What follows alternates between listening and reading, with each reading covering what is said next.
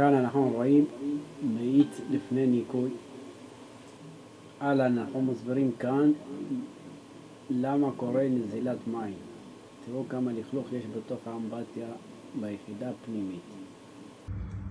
פה אנחנו נתחיל לנקות את האמבטיה. לפני כן בואו נראה מה יש לנו פה. אני יודע מה אתם רואים.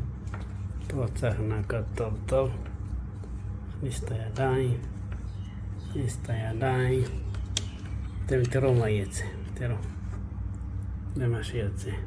זה, אם תעשה עם הפה, בפנים בחוץ, השתחרר עוד שבוע, עוד הפעם זה מסתכל. אני הייתי אילין מערכות מיזוג אוויר וחשמל. אנחנו לשירותכם 0507123365, שירות אזור ראשון לציון ובסביבה.